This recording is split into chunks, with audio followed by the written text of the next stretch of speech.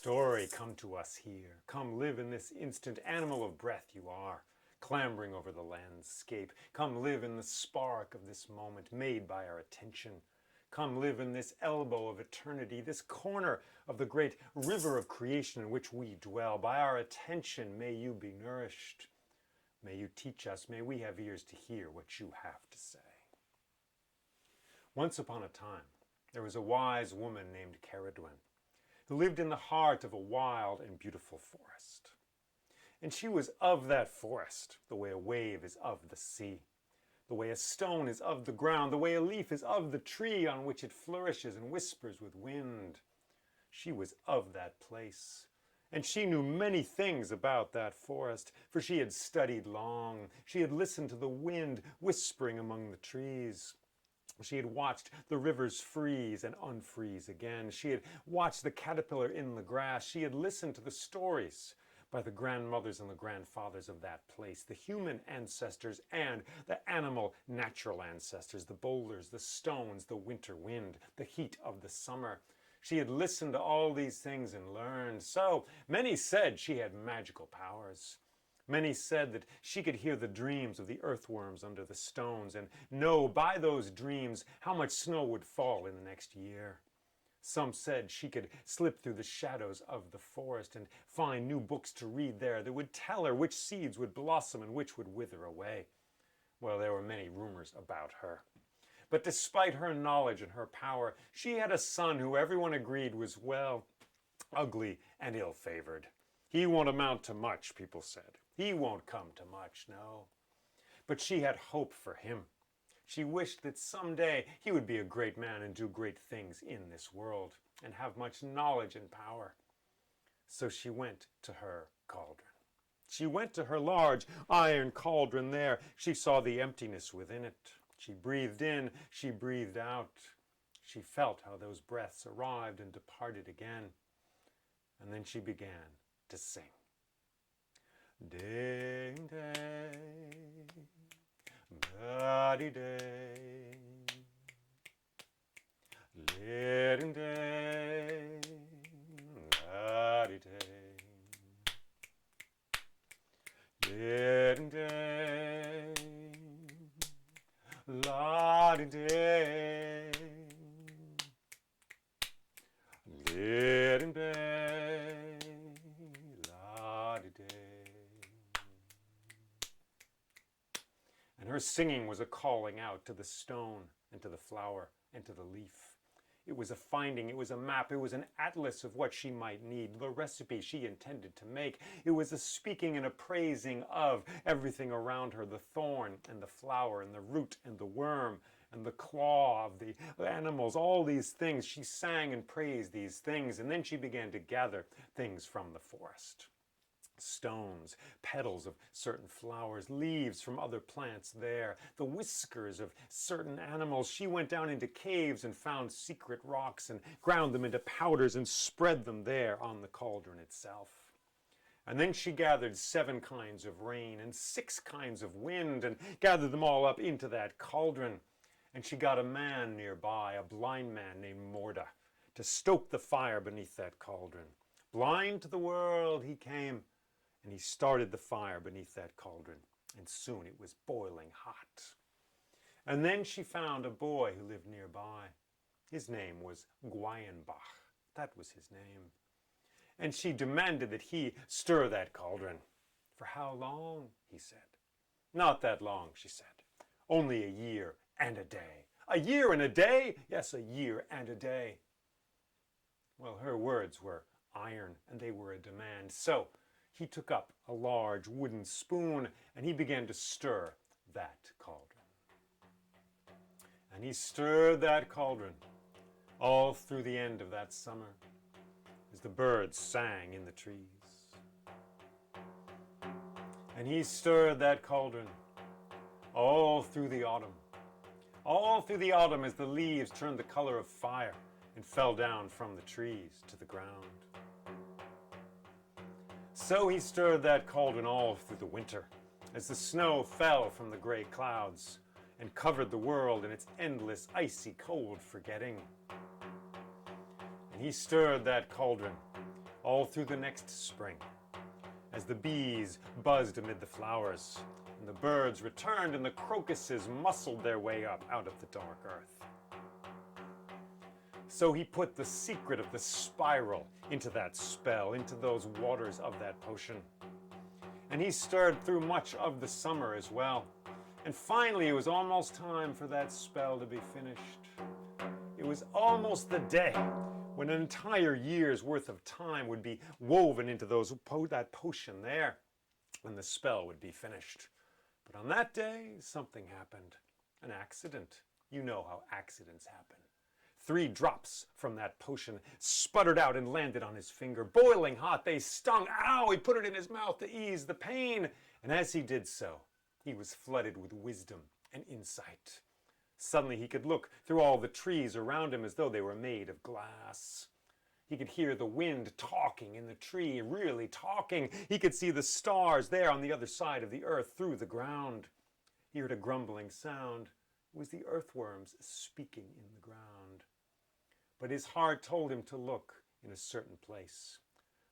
So through this swimming, buzzing, wonderful flood of voices and sparkling colors he could now see. He looked far off, and he saw Ceridwen in a field. And she looked at him with a snarl in her heart, and she began to run. She came right for him. What would you do? What would I do? What would any of us do? Well, he was newly magical. So he turned himself into a rabbit and scampered away into the trees.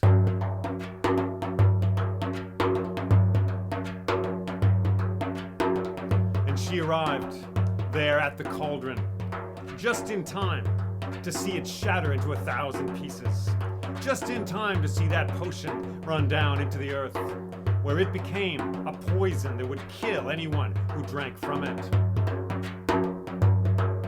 And then she turned herself into a greyhound and ran after him into the forest.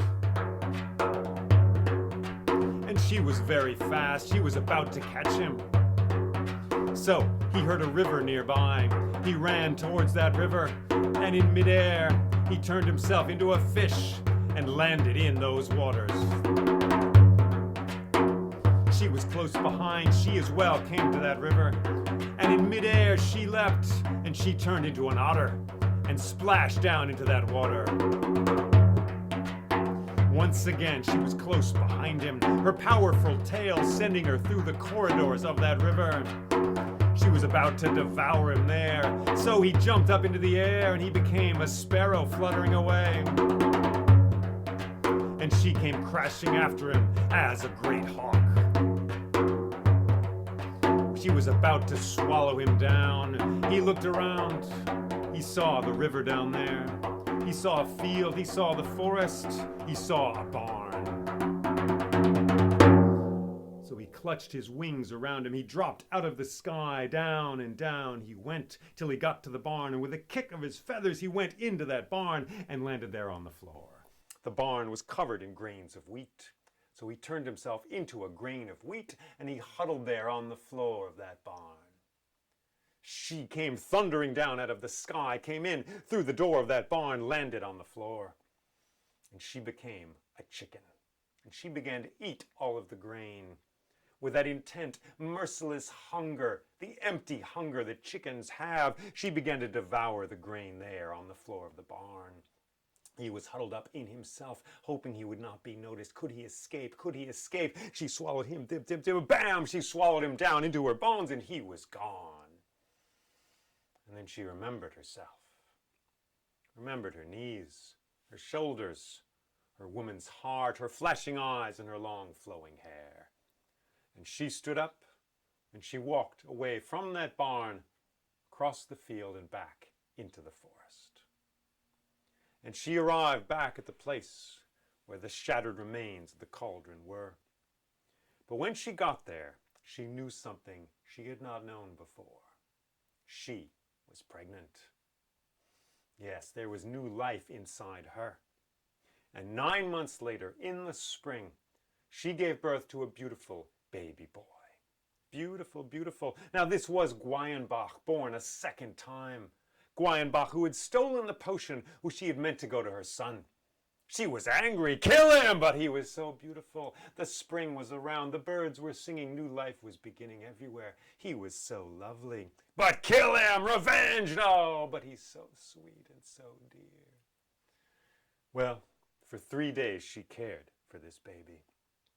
And then she took a leather bag and some thread and her child, which she strapped to her breast there, and she walked through the forest towards the sea. And she sat down on the shore of that sea. And she nursed her child one last time. And he fell asleep. And as he slept, she slipped him into that leather bag. And she took the thread and she sewed that bag closed. And then she stood up, and holding that bag, she walked out into the water.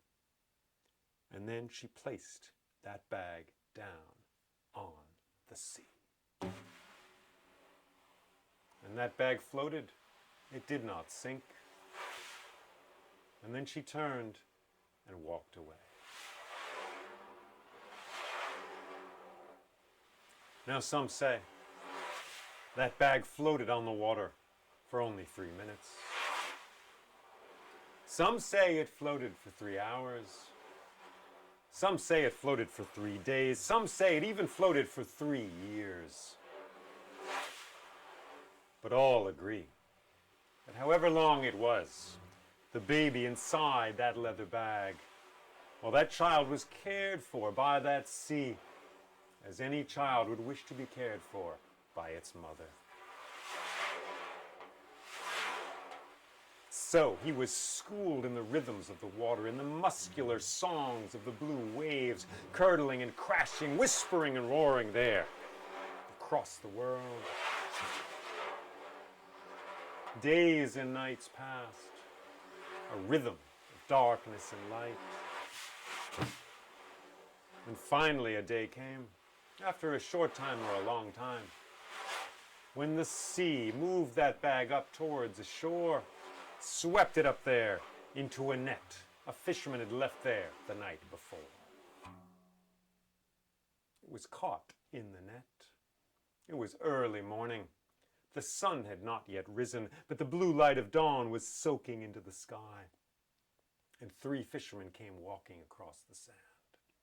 One of them was named Elfin. It was his net that the bag had come and landed inside. His colleagues were jeering at him. "You've caught nothing again. You never catch anything. You have bad luck, sir." But he had hope in his heart. So he went to that bag, this piece of garbage, and he pulled it out of the net, and he took his knife, and he opened that bag. And suddenly the bag shifted and moved. And suddenly a sparkling boy stood up out of the bag.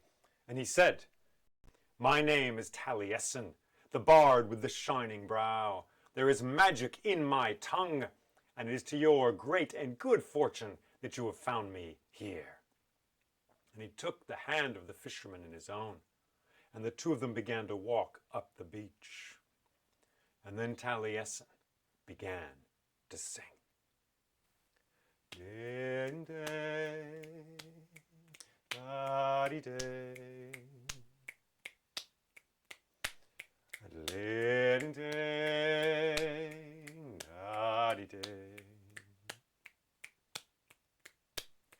da-dee-day, day,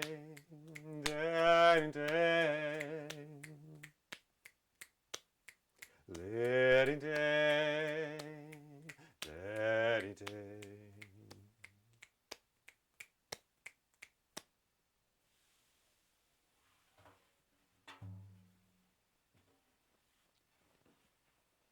I love this story for its quirks and its strange blossomings. It starts in one direction and it turns, kum, kum, kum, it goes here and there. It's jagged like lightning in the sky. It's like the answer to a question that you didn't quite ask. You ask one question, you get a different answer, which maybe answers your question in a deeper way. Ceridwen is wise. Aren't we all wise? We are wise. She is wise. She makes a plan. But her wisdom, her knowledge, and her plan do not include the world. They do not include the wide circle of all things possible. And so what she wants, well, she doesn't get what she wants. Her son does not get what he wants. He's gone. He's in the story, and he's gone. He's the catalyst for the story, and he vanishes. We never hear from him again. Instead, we get this other character who just comes in all of a sudden, a boy who lives not far off, Gwayenbach. He gets the magic. He gets the magic, so things go awry for her, but maybe not for the world. So I love this story for that, because that is a thing we can have happen, is to get what we want. And often that's not the best for us or for the larger picture. Often the best possible outcome is to get something larger than we could conceive of, something greater than anything we could have hoped to have, because our imaginations, our hearts, our vision did not encompass that, did not examine that, did not include that in the list of possibilities. You want one of these 3 things on the menu, well, there's 3 million things on the menu, buddy, and you're going to get something else. So she gets something else. I've thought of this story when creating things like a poem. You know, you want it to go a certain way, and it doesn't want to go there. Anyone who's worked with wood, I think, might know this as well. The wood has certain rhythms. It wants to go a certain way. And you may have plans, but it may decide to do something else.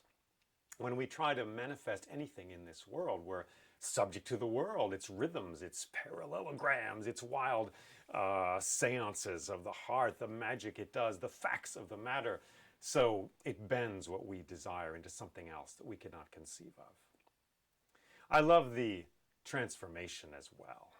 He learns by becoming these animals. It's very fast, but he becomes a land animal, an animal of the water, a fish, and then he goes into the sky as well. And he becomes sustenance, food for others. If we are properly schooled, if we are well schooled, by properly I mean schooled in a deep way, not in any particular university, but in the university of the world, if we really grow and blossom, then we have that gift to give to others. So he becomes sustenance, nourishment, and she swallows him down. And then we get the judgment of the sea. She gives him up to the ocean. And he's born a 3rd time. He's a character born 3 times. Once in the normal way, 2nd time from Ceridwen there, and a 3rd time from the sea. The thrice born, you could call him. He has been called. And so he has this magic.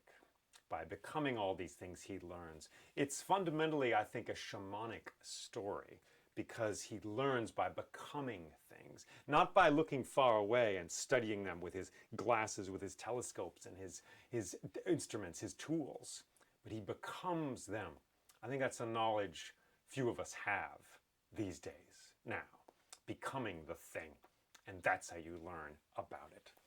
It is the wisdom of shamans who learn about the natural world, so to speak, by becoming it, by looking out with its eyes, smelling with its nose, having its hungers and its desires. So he learns by becoming these animals. And in fact, there are many poems attributed to this character Taliesin, and many of them begin with I am or I have been. So Taliesin learns by becoming these things. May we learn in the same way. Thank you for listening to this, and take care.